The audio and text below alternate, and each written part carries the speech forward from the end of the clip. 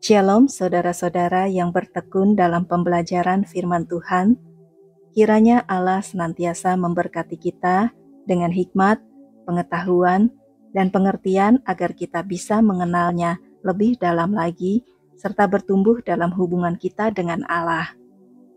Saudaraku, seperti biasanya, mari kita berdoa untuk mengarahkan hati kita kepada Tuhan. Ya Tuhan Allah kami, Allah yang kami sembah di dalam nama Tuhan Yesus Kristus yang kudus, terima kasih buat sepanjang hari yang telah berlalu dengan baik.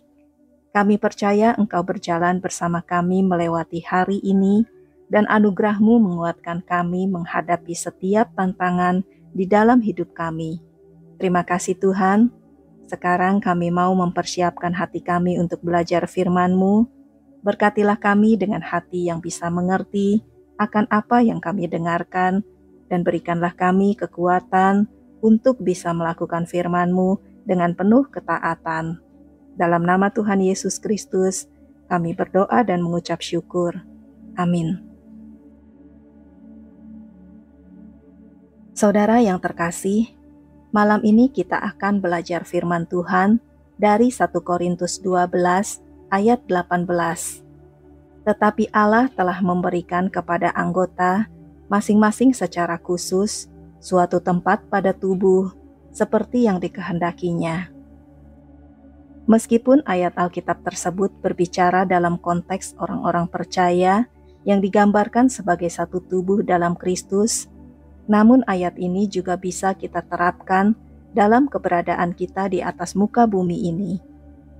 Setiap orang terlahir tanpa dapat memilih siapa orang tua mereka, di mana mereka dilahirkan, bagaimana latar belakang keluarga mereka, ataupun penampilan fisik mereka.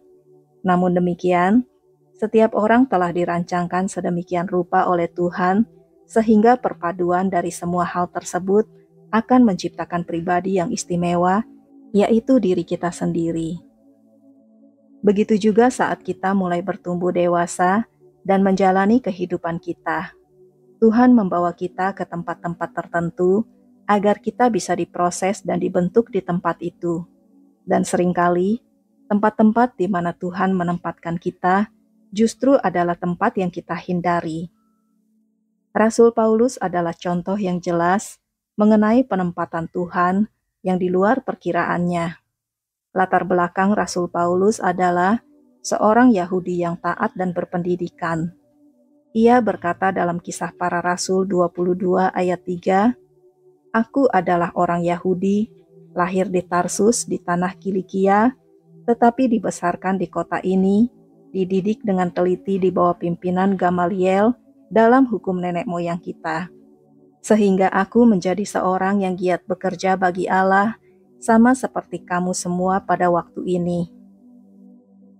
Secara logika manusia, tentulah Rasul Paulus akan sangat berguna apabila melayani orang-orang Yahudi karena ia mengerti benar adat istiadat dan hukum-hukum bangsa Yahudi. Namun demikian, ternyata Tuhan mengutusnya kepada orang-orang non-Yahudi. Mari kita baca apa yang dikatakan Rasul Paulus sendiri dalam Roma 11 ayat 13. "Aku berkata kepada kamu, hai bangsa-bangsa bukan Yahudi, justru karena aku adalah rasul untuk bangsa-bangsa bukan Yahudi, aku menganggap hal itu kemuliaan pelayananku." Tuhan memiliki maksud dan tujuannya sendiri dalam penempatan kita di suatu lokasi tertentu, seperti halnya pelayanan Rasul Paulus berkembang di tengah bangsa-bangsa bukan Yahudi, maka kita juga akan berkembang hanya di tempat di mana Tuhan menginginkan kita berada. Kita tidak akan bisa berkembang seperti yang Tuhan inginkan apabila kita tidak berada di tempat yang tepat, waktu yang tepat, dan bertemu dengan orang yang tepat. Semua yang terjadi dalam kehidupan kita telah dirancangkan dengan seksama oleh Tuhan untuk memproses dan membentuk kita.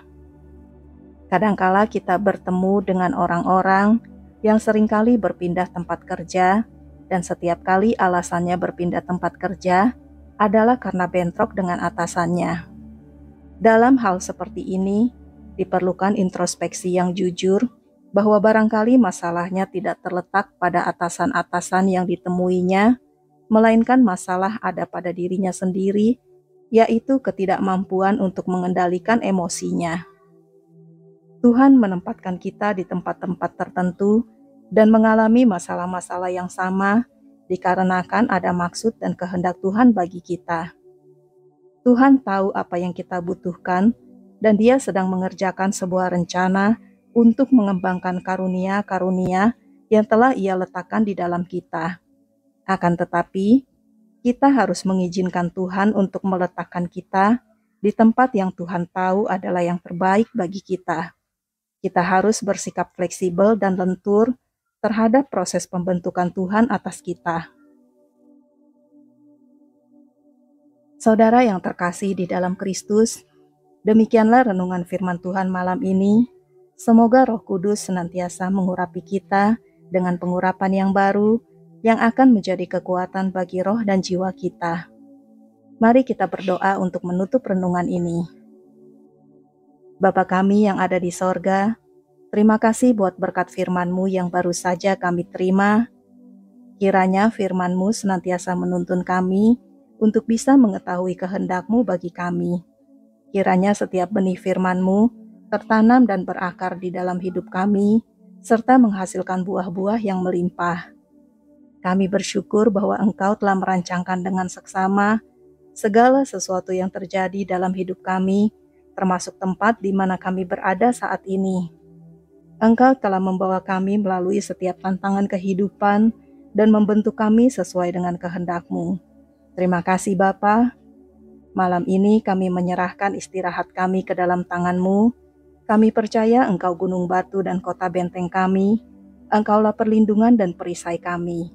Berkatilah kami dengan tidur yang tenang di sepanjang malam ini, dilingkupi dengan damai sejahtera-Mu yang melimpah. Kami serahkan segala kekhawatiran kami, sebab kami percaya Engkau pasti memelihara kami. Terima kasih Bapa. Kami berdoa bagi bangsa Indonesia. Di tengah situasi politik saat ini, kami percaya tangan-Mu memegang negeri kami. Engkau menopang Indonesia dengan kasih dan kuasa-Mu. Kami berdoa bagi terjadinya kedamaian dan persatuan yang kokoh di negeri kami, di mana rakyatnya bersatu, terlepas dari perbedaan apapun yang ada. Kami berdoa memohon berkat-berkat dan kemakmuran bagi Indonesia. Berkatilah juga para pemimpin negeri ini dan para pemimpin yang baru. Kiranya mereka memiliki hati yang jujur dan takut akan Engkau di sepanjang hidup mereka. Terima kasih Bapa, karena kami percaya Engkau mendengar dan menjawab doa-doa kami. Dalam nama Tuhan Yesus Kristus, kami berdoa dan mengucap syukur. Amin.